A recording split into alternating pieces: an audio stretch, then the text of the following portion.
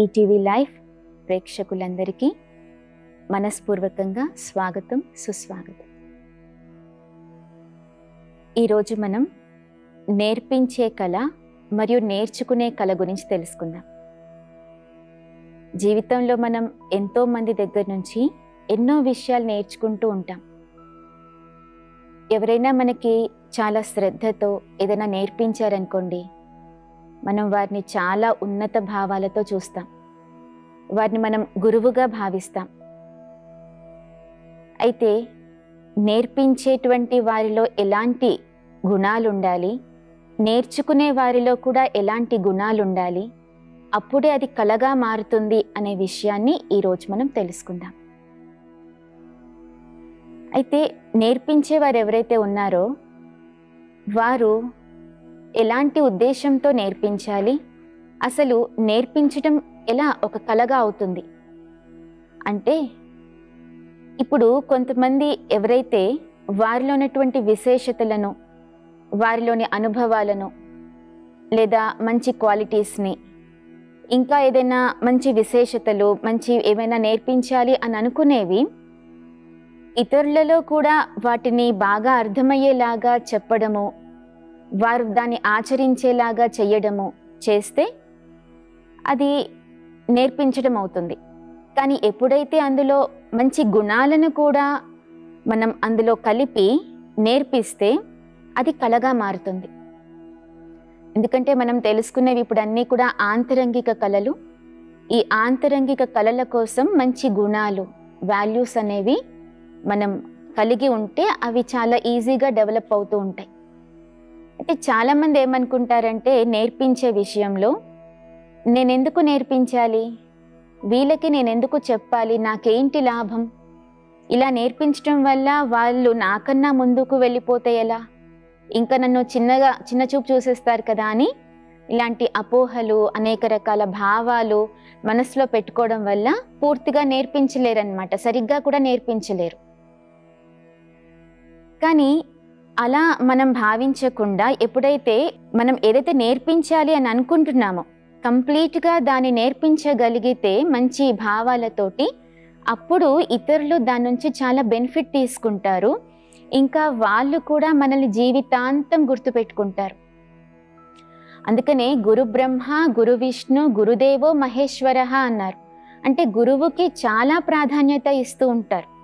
ఎందుకంటే వారితోటి జీవితం తయారయ్యింది అని. ఏ విషయమైనా నేర్పించారు అంటే దాని బేస్ మీద వారి జీవితం తయారైంది అనుకోండి, వారు చాలా సంతోషపడతారు, జీవితం అంతా గుర్తుపెట్టుకుంటారు. కాబట్టి నేర్పించేటప్పుడు మనకి కొంచెం ఓర్పు కూడా కావాల్సి ఉంటుంది. ముఖ్యంగా 2 విషయాలు ఉంటాయండి నేర్పించడంలో. ఒకటి బాహ్య విషయాలు నేర్పించడం, అంటే పనులు అలాంటివి, స్పోర్ట్స్ కానీ ఏవైనా అలాంటి కంప్యూటర్ పనులు నేర్పించడం. రెండవది ఏంటి అంటే మంచి బుద్ధులు, మంచి గుణాలు, ఎలా ఉండాలి, మంచి మంచి శిక్షణలు, ఇవి నేర్పించడం. అయితే బాహ్య విషయాలు నేర్పించే వారిని కోచ్ అని లేదా ట్రైనర్ అని అంటూ ఉంటారు. అదే మంచి బుద్ధులు నేర్పించే వారిని టీచర్ అని అంటారు. ఇద్దరికీ ఓర్పు కావాలి. నేర్పించాలి అంటే తప్పకుండా ఓర్పు అనేది అవసరం. మీరే చూడండి, మనం ఎంత త్వరగా నేర్చేసుకున్నామో ఎదుటివారు కూడా అంతే త్వరగా నేర్చేసుకోవాలి అంటే అది సాధ్యం కాదు. ఎందుకంటే వాళ్ళు ఉన్నటువంటి పరిస్థితులు వేరై ఉండొచ్చు, చిన్నప్పటి నుంచి పెరిగిన విధానం వేరై ఉండొచ్చు, అనేక రకాల విషయాలు డిపెండ్ అయి ఉంటాయి. వారి వాతావరణం వేరుగా ఉండొచ్చు కదా.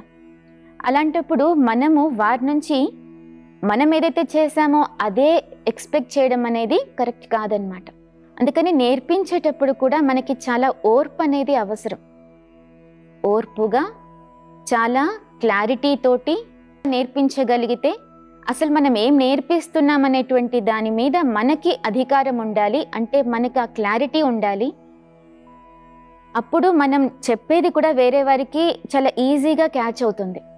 అందుకనే అంటారు, కొంతమంది నేర్పిస్తే చాలా ఈజీగా అర్థమైపోతాయండి, కొంతమంది నేర్పిస్తే అసలు ఏంటో ఏం అర్థం కాదు అని. ఎందుకంటే క్లారిటీ తోటి, పర్ఫెక్షన్ తోటి నేర్పిస్తే ఎదుటివారు చాలా ఈజీగా క్యాచ్ చేయగలుగుతారు. అంతేకాకుండా మనం ఏదైతే చేసి ప్రాక్టికల్గా చేసి చెప్తామో అప్పుడు కూడా వేరే వారికి చాలా ఈజీగా వైబ్రేషన్స్ అనేవి టచ్ అవుతాయి.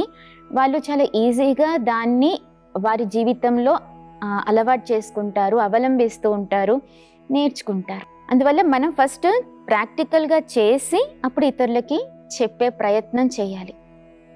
ఒకసారి చాణక్యుడు అర్థశాస్త్ర రచయిత అన్నమాట, ఆయన దగ్గరికి మెగస్తిన్ అని ఒక విదేశ వ్యాపారి వచ్చేవాడనమాట. అయితే అతను స్నేహితుడు చాణక్యుడికి. ఒకసారి అలా వచ్చి కూర్చున్నప్పుడు ఏమైందంటే చాణక్యుడు వాళ్ళ రాజ్యంలోని పనులు ఏవైతే డాక్యుమెంట్స్ ఉన్నాయో వాటిని సెట్ చేసుకుంటూ ఉన్నాడనమాట. ఒక లాంతర్ ఉంది, అంటే చీకటి పడిపోయింది ఆ సమయంలో. లాంతర్ వెలిగించుకొని తను పని చేస్తున్నాడు, అంటే తన రాజ్యం యొక్క పని చేస్తూ ఉన్నాడు, డాక్యుమెంట్స్ అని సెట్ చేస్తూ ఉన్నాడు. అయితే తన స్నేహితుడే కదా మెగస్తిన్ వచ్చినప్పుడు కూర్చోమని చెప్పాడనమాట. చెప్పి 5 నిమిషాలు వెయిట్ చేయమన్నాడు, నేను ఇది కంప్లీట్ చేసుకొని వస్తానన్నాడు. 5 నిమిషాలు నిజంగానే కంప్లీట్ చేసుకొని అంతా ముగించుకొని సెట్ చేసుకొని పక్కకు పెట్టేసి తను అప్పటి వరకు ఏ లాంతర్ కింద అయితే పని చేశాడో ఆ లాంతర్ని ఆపేసి మళ్ళీ ఇంకొక లాంతర్ వెలిగించాడనమాట.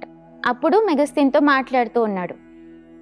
అయితే అతనికి చాలా డౌట్ వచ్చింది, ఏంటి నువ్వు ఆ లాంతర్ ఆఫ్ చేసి ఇదెందుకు మళ్ళీ వెలిగించావు, అదే ఇక్కడ తీసుకొని రావచ్చు కదా అన్నాడనమాట. అప్పుడు చాణక్యుడు ఏమన్నారంటే, అది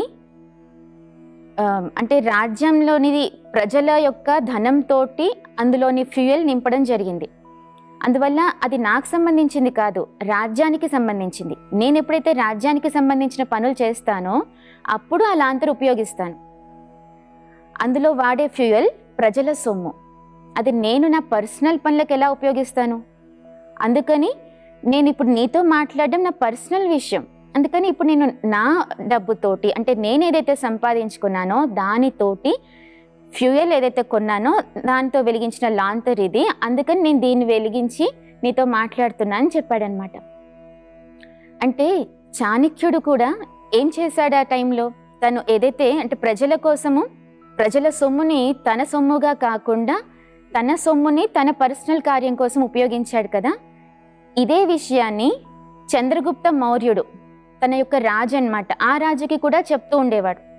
అయితే చెప్పడమే కాదు, చేసి చూపించాడు. ఇక్కడ చంద్రగుప్త మౌర్యుడు కూడా ఏం చేసేవారంటే, ఒకసారి ఇలానే యుద్ధానికి వెళ్ళినప్పుడు వేరే రాజ్యం మీదకి యుద్ధంకి వెళ్తూ ఉంటే మధ్యలో వంట చేసుకోవాల్సిన పరిస్థితి వచ్చింది. అప్పుడు అన్ని సామాన్లు తెచ్చారు సైనికులు, కానీ ఉప్పు తీసుకురావడం మర్చిపోయారనమాట.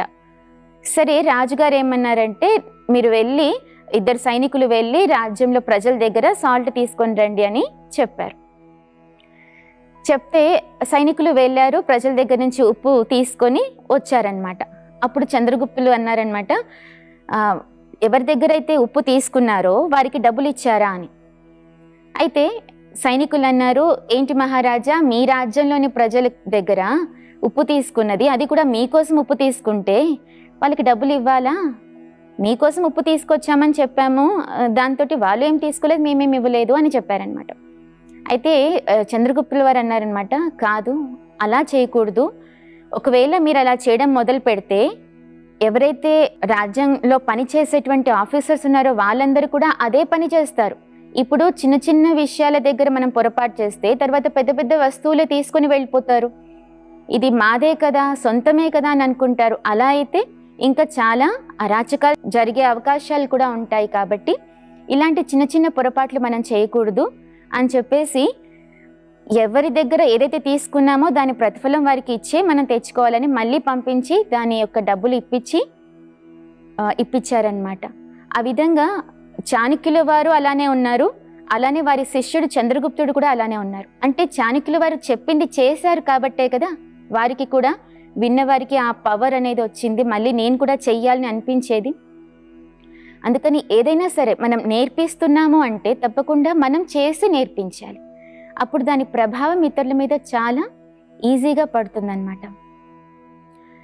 అయితే నేర్పించేటప్పుడు కూడా మనలో చాలా గుణాలు ఉండాలి అని ఇందాక కూడా అనుకున్నాం. ఓర్పు, ఇంకా చాలా క్లారిటీ తోటి మనం నేర్పించాలి. అలా నేర్పించడం వల్ల వేరే వారికి కూడా ఒకవేళ నేను నేర్చుకోలేను అని అనిపించిన, ఒకవేళ తమ పట్ల తమకి ఏదైనా తక్కువ భావన ఉన్నా సరే, మనల్ని చూసి మనం చెప్పే మాటల్ని విని అప్పుడు వాళ్ళు ఎంకరేజ్మెంట్ పొందుతారు. అందుకే నేను నేర్పించడంలో శాండ్విచ్ మెథడ్ని ఉపయోగిస్తాం. శాండ్విచ్ మెథడ్ అంటే మీరు చూసే ఉంటారు, శాండ్విచ్లో పైన ఒక బ్రెడ్, కింద ఒక బ్రెడ్, మధ్యలో వెజిటబుల్స్ కానీ ఇంకా ఏదైనా మసాలా కానీ ఉంటుంది. అంటే పైన బ్రెడ్ ఎలా ఉంటుందంటే చాలా సాఫ్ట్గా ఉంటుంది, కింద బ్రెడ్ కూడా సాఫ్ట్గా ఉంటుంది, మధ్యలో ఉన్నటువంటి వెజిటబుల్స్ కొంచెం హార్డ్గా ఉంటాయి. కాకపోతే అది తినడంలో చాలా టేస్టీగా ఉంటుంది కదా. అలానే మనం కూడా ఫస్ట్ ఎవరికైనా నేర్పించేటప్పుడు ముందర వారిలోని విశేషతల్ని బయటికి తీయాలి, వారిలోని విశేషతల్ని వారికి తెలియచెప్పాలి. మీరు ఇలా చాలా బాగా చేస్తారు, మీలో ఈ కళ ఉంది, ఈ విశేషత ఉంది, ఇలా మీరు చేయడం వల్ల ఇంకా మీరు పురోభివృద్ధిని పొందుతారు, ఇది చాలా మంచిగా చేస్తారు, అందరితో పోలిస్తే అసలు మీరు చాలా మంచిగా చేస్తారండి అని ఒక మాట మీరు గనక మంచి మాటలు వాళ్ళకి చెప్పారనుకోండి, అప్పుడు వాళ్ళకు నేర్చుకోవాలి, ఇంకా నేను ఆ పని చెయ్యాలనేటువంటి ఉత్సాహం అనేది వస్తుంది. దాని తర్వాత సెకండ్ స్టెప్లో ఏం చేయాలంటే వారిలో ఉన్న లోపాలను చెప్పాలి. అంటే మీరు ఈ చిన్న విషయాన్ని మార్చుకోవాలి, ఈ చిన్న విషయాన్ని గనక మీరు సరి చేసుకుంటే ఇంకా మీరు అభివృద్ధి చెందుతారు, అసలు మీరు సక్సెస్ అనేది మీరు ఇంకా వెనక్కి తిరిగి చూసుకొని అవసరం లేదు అని వాళ్ళకి మళ్ళీ వారిలోని లోపాలను కూడా వారికి నెమ్మదిగా చెప్పాలి. చెప్పిన తర్వాత మళ్ళీ థర్డ్ స్టెప్లో మళ్ళీ ఎంకరేజ్మెంట్ ఇవ్వాలన్నమాట. ఒకవేళ ఇది గనక మీరు సరి చేసుకుంటే ఇలా మీరు చాలా అభివృద్ధిని పొందుతారని మళ్ళీ థర్డ్ స్టెప్లో కనుక ఎంకరేజ్మెంట్ ఇచ్చారనుకోండి, అప్పుడు వాళ్ళ మనసులో ఫిక్స్ అయిపోతుంది, ఓకే నేను దీన్ని గనక సరి చేసుకుంటే అప్పుడు నేను తప్పకుండా ఒక మంచి సక్సెస్ఫుల్ పర్సన్గా అయిపోతాను, అందుకని నేర్చుకోగలుగుతాను అని చెప్పి వారిలో ఉన్న బలహీనతల్ని కూడా వారు మర్చిపోయి ఏవైతే బలాలు అంటే విశేషతలు, శక్తులు ఉన్నాయో వాటిని గుర్తు చేసుకొని వారు వారి జీవితంలో చాలా ముందుకు వెళ్తారు. అలా వారి జీవితంలో ముందుకు వెళ్ళారనుకోండి, ఒక్కసారి వెనక్కి తిరిగి చూసుకున్న తర్వాత అరే ఈ బలహీనతతోటి నేను ఆగిపోలేదే, నేను విజయం పొందాను, అసలు అది నాలో ఉండేదా ఒకప్పుడు అని వాళ్ళే ఆలోచించుకొని ఆశ్చర్యపోయే సందర్భాలు కూడా ఉంటాయన్నమాట. అందుకని నేర్పించేటప్పుడు వారిలోని విశేషతల్ని బయటికి తీయాలి. ఒక మంచి టీచర్ ఏం చేస్తారంటే స్టూడెంట్స్లోని విశేషతల్ని బయటికి తీస్తారు ఫస్ట్. అంతేకాని నీకెంత చెప్పినా ఇంతే, నువ్వెప్పుడూ మారవు, నీకెప్పుడు అర్థం కాదు, చెప్పి నా నోరు నొప్పెడుతోంది కానీ నువ్వెప్పుడు అర్థం చేసుకోవు అని ఇలా గనుక మాట్లాడితే వాళ్ళకు ఒక నెగిటివ్ బ్యారియర్ అనేది ఏర్పాటవుతుంది చుట్టూ. అంటే అంతేనేమో, నిజమేనేమో, నేను ఎవరు చెప్పినా మారనేమో, నాకు ఏం అర్థం కాదేమో, ఎందుకులే ఇంకా దాంట్లోకి ఎందుకు తలదూర్చడం, దాని గురించి ఎందుకు ఆలోచించడం అనుకుంటూ ఉంటారు. దానివల్ల విద్యార్థులు కూడా సక్సెస్ని పొందలేరు, ఎవరూ సక్సెస్ పొందలేరు. విద్యార్థుల యొక్క సక్సెస్ టీచర్ సక్సెస్ అయినప్పుడు మరి విద్యార్థులు కనుక మంచిగా చదువుకుంటే టీచర్కే కదండి పేరు. సో అలాగా నేర్పించే వారికి చాలా మంచి పేరు ఎప్పుడు వస్తుందంటే మనం మంచి మెథడ్లో నేర్పిస్తే. అయితే నేర్పించేవారు కాలేజ్లో టీచరో స్కూల్లో టీచరో అవ్వనవసరం లేదు. చూడండి, మనము చుట్టుపక్కల వారికి కూడా ఎన్నో విషయాలు నేర్పిస్తూ ఉంటాం, మన తోటి వారికి కూడా నేర్పిస్తూ ఉంటాం, మన తోడు లేకపోతే మనకన్నా చిన్నవాళ్ళు అందరికీ ఎన్నెన్నో విషయాలు నేర్పిస్తూ ఉంటాం. అయితే ఈ నేర్పించేటప్పుడు గనక మనం ఇలాంటి మంచి గుణాలను ఉపయోగించి నేర్పిస్తే తప్పకుండా వారు విజయం పొందుతారు.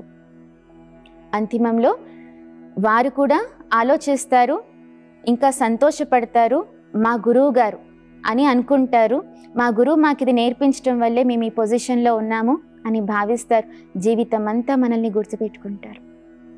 అందువల్ల ఇది నేర్పించడం కూడా ఒక మంచి కళ. ఎప్పుడైతే ఈ గుణాలన్నిటినీ ఉపయోగించి మనం నేర్పిస్తూ ఉంటామో అప్పుడు తప్పకుండా ఎదుటివారి వారి బలహీనతలన్నిటినీ మర్చిపోయి వారి జీవితంలో చాలా ముందుకు వెళ్తారు. ఒకసారి థామస్ ఆల్వా ఎడిసన్ అంటే బల్బుని కనిపెట్టిన వారనమాట, శాస్త్రవేత్త. ఆయన చిన్నప్పుడు చాలా డల్ స్టూడెంట్. వారి స్కూల్కి వెళ్ళినప్పుడు వారి టీచర్ ఆయనకు ఒక లెటర్ ఇచ్చి పంపించారు. ఆ లెటర్లో ఏం రాసింది అంటే ఆ లెటర్ని వాళ్ళ మదర్కి ఇవ్వమని చెప్పారనమాట. మదర్ దగ్గరికి తీసుకుని వెళ్ళి ఆ లెటర్ని ఇవ్వడం జరిగింది థామస్ ఆల్వా ఎడిసన్. అందులో ఏం రాసింది అంటే, మీ అబ్బాయి చాలా డల్ స్టూడెంట్, ఇతనికి నేర్పించడం మా వల్ల కాదు, మీరు ఇంకేదైనా సోర్స్ చూసుకోండి, మేమైతే నేర్పించలేము అని చెప్పి లెటర్ అందులో రాసి ఉందన్నమాట. అది చదువుతూనే వాళ్ళమ్మ కళ్ళ నుంచి నీళ్ళు వచ్చేసాయి. ఎందుకంటే థామస్ ఆల్వా ఎడిసన్ అనేవారు అందరిలాగా సాధారణంగా ఏం లేరు. చిన్నప్పుడు చాలా డల్గా ఉండేవారు, ఆరోగ్యం కూడా అస్సలు బాగుండేది కాదు. ఏది చెప్పినా అర్థం చేసుకోకపోవడము లేదంటే గుర్తుంచుకోకపోవడం అలా జరిగేదన్నమాట. అందుకని ఇంకా టీచర్స్ కూడా మా వల్ల కాదు అనేసరికి ఇంకా తల్లి వారి మదర్ ఏం చేశారంటే, సరే మా అబ్బాయికి ఎవరు నేర్పించాల్సిన పని లేదు, నేనే నేర్పిస్తాను, నేనే ప్రతి ఒక్క విషయం నేర్పిస్తాను అని చెప్పి ఆవిడ దృఢ సంకల్పం తీసుకొని ప్రతి ఒక్కటి నేర్పించారు. ప్రతి చిన్న చిన్న విషయం దగ్గర నుంచి అన్నీ నేర్పించారు. అలా నేర్పించి ఎంత మంచి పర్సన్గా తీర్చిదిద్దారంటే వారిని, అసలు మనం ఇప్పుడు ప్రపంచంలో ఏవైతే ఆవిష్కరణలు చూస్తూ ఉన్నామో అవన్నీ కూడా మ్యాక్సిమం ఆయన దగ్గర నుంచి జరిగినవే. అంటే ఆయన చాలా అందులో చేసి ఉన్నారు. అందులో బల్బు కూడా ఒకటి, బల్బు కనుక్కున్నారు, దాంతో ప్రపంచానికే వెలుగు వచ్చింది కదా. అలాగా అంటే తర్వాత ఎప్పటికో కొన్ని సంవత్సరాల తర్వాత వారి మదర్ శరీరం వదిలేసాక అల్మెరా సర్దుతుంటే ఆయనకి చిన్నప్పుడు ఇచ్చినటువంటి ఆ లెటర్ అనేది కనిపించిందనమాట. కనిపించి చదివితే అప్పుడు ఆయనకు అర్థమైంది, ఓకే నేను చిన్నప్పుడు అసలు సాధారణంగా లేను, నార్మల్గా లేను నేను అనేది అప్పుడు అర్థమైంది. అప్పటి వరకు ఆయన కనీసం తెలియని కూడా తెలియదు అనమాట ఆయన బలహీనత ఏంటి అనేది. అంటే వారి మదర్ ఎంత మంచి టీచర్గా అయి వారి బలహీనతని కూడా తెలియకుండా మంచి విషయాలని నేర్పిస్తూ జీవితంలో ఒక సక్సెస్ఫుల్ పర్సన్గా తయారు చేశారు కదా. ఒక గుడ్ టీచర్ యొక్క క్వాలిటీనే అది. బలహీనతల్ని ఎక్స్పోజ్ చేయడం కాదు, విశేషతల్ని చూపించాలి, మొదట వారికే చూపించాలి. అప్పుడు వారు నేర్చుకునేటువంటి కెపాసిటీని పెంచుకుంటారు. అలా మనం ఒక మంచి టీచర్గా అవ్వచ్చు, మన తోటి వారికి కూడా మనం ఎన్నో విషయాలు నేర్పించవచ్చు, మనతో పాటు అందరినీ కూడా సక్సెస్ఫుల్ పర్సన్స్గా తయారు చేయొచ్చు. ఇప్పటి వరకు మనం నేర్పించే కళ గురించి తెలుసుకున్నాం కదా. ఇప్పుడు నేర్చుకునే కళ గురించి తెలుసుకుందాం.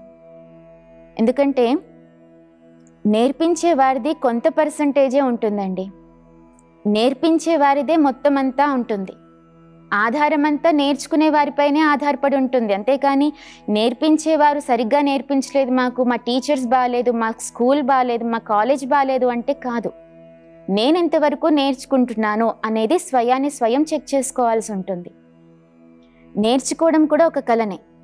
మనిషి పుట్టినప్పటి నుంచి చాలా విషయాలు నేర్చుకుంటూనే ఉంటారు.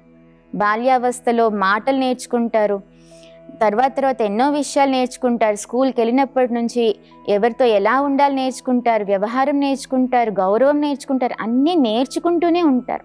ప్రతి వ్యక్తి జీవితం ఎండింగ్ వరకు కూడా నేర్చుకోవాల్సిందే. ఇలా నేర్చుకుంటూ ఉంటేనే నేర్పించగలుగుతారు కూడా. అందుకనే గుడ్ టీచర్గా అయ్యే ముందర గుడ్ స్టూడెంట్గా అవ్వాలి అంటారు. ఫస్ట్ మనం గుడ్ స్టూడెంట్గా, మంచి స్టూడెంట్గా అయితే గనక తప్పకుండా మంచి టీచర్గా అవ్వగలుగుతాం. అంటే మనలో నేర్చుకునేటువంటి కళని పెంచుకోవాలన్నమాట. ఎవరైనా ఒక విషయాన్ని నేర్చుకోవాలి అంటే దాని గురించి పూర్తిగా క్లారిటీ తీసుకొని రావాలి. మనమే చాలా క్లారిటీ తెచ్చుకోవాలి విషయంలో. అప్పుడు ఏ విషయాన్నైనా సరే చాలా అలవోకగా సహజంగా నేర్చుకోగలుగుతాం. అంతేకాని మనపైన మనకి హీన భావన అనేది ఉండకూడదు. నేను నేర్చుకోలేను అనేటువంటి హీన భావన మనకి ఉండకూడదు. ఫుల్ కాన్ఫిడెన్స్ తోటి మన స్వమానంలో స్థితి అయ్యి నేను ఏదైనా సరే నేర్చుకోగలుగుతాను అనేటువంటి కాన్ఫిడెన్స్ తోటి మనం నేర్చుకుంటే దాంట్లో తప్పకుండా సక్సెస్ని పొందుతాం. నార్మల్ స్టూడెంట్స్ ఇప్పుడు మనం చూస్తే గనక ఐఐటి తర్వాత చాలా మంచి ఎంట్రన్స్ ఎగ్జామ్స్ రాసి అందులో పాస్ అయ్యి ఎలా వారిని వారు పరివర్తన చేసుకోగలిగారు, ఎలా అంత మంచి ఎగ్జామ్స్లో పాస్ అయ్యారంటే చిన్నప్పుడే వారికి అన్ని క్వాలిటీస్ ఉండకపోవచ్చు. చిన్నప్పుడే వాళ్ళు క్లాస్ ఫస్ట్, చిన్నప్పటి నుంచే వాళ్ళు స్కూల్ ఫస్ట్ అలాంటివి ఏం రాకపోవచ్చు. కానీ ఎప్పుడైతే వారు నేర్చుకోవాలనేటువంటి దృఢ సంకల్పం తీసుకుంటారో అప్పుడు తప్పకుండా వారిలో ఒక చేంజ్ అనేది వస్తుందన్నమాట. అందుకని మనం దృఢ సంకల్పం తీసుకుని నేర్చుకున్నట్లయితే చాలా సక్సెస్ని పొందుతాం. కావున మనకి కూడా నేర్చుకునే కళ ఉంటే ప్రపంచంలో చాలా విషయాలు మనం నేర్చుకుంటూ వెళ్ళొచ్చు. జీవితం అంతా నేర్చుకోవడానికి చాలా ఉంటాయి. కాబట్టి గుడ్ స్టూడెంట్గా అవ్వాలి, తర్వాత గుడ్ టీచర్గా కూడా మనము అవ్వగలుగుతాం, ఇతరులకి కూడా నేర్పించగలుగుతాం.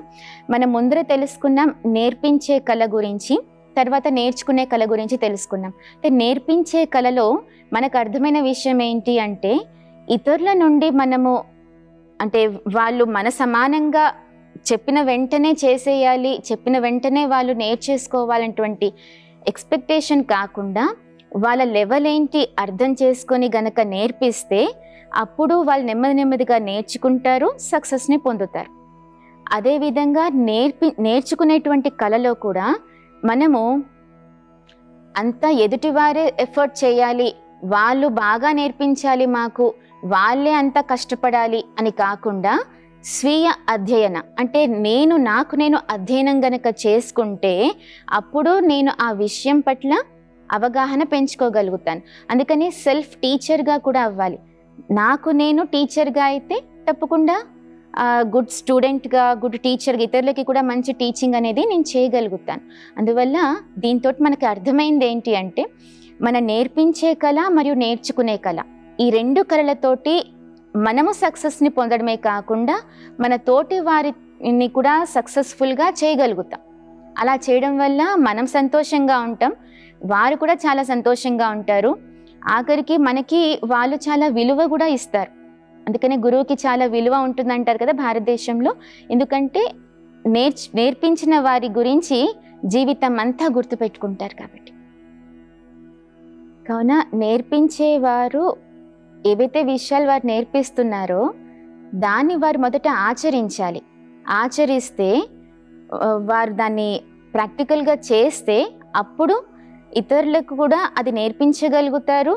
వారు మంచి అధ్యాపకుడిగా, ఉపాధ్యాయుడిగా, తర్వాత ఒక నేర్పించే వ్యక్తిగా వారి జీవితంలో ఎదుగుతారు. అదేవిధంగా నేర్చుకునేవారు కూడా ఏ విషయాన్నైతే నేర్చుకుంటారో వారు దృఢ సంకల్పంతో నేను ఇది ఎలా అయినా సరే నేర్చుకోవాల్సిందే అని ఖచ్చితంగా సంకల్పం తీసుకొని నేర్చుకుంటారో అప్పుడు వారి జీవితంలో చాలా విషయాలు నేర్చుకుంటారు. ఈ విషయంలో మనము చాలా విన్నాము ఇప్పటి వరకు. తర్వాత ఎపిసోడ్లో మళ్ళీ ఇంకొన్ని విషయాలతోటి మీ ముందుకు వస్తాము. అప్పటి వరకు ఓం శాంతి.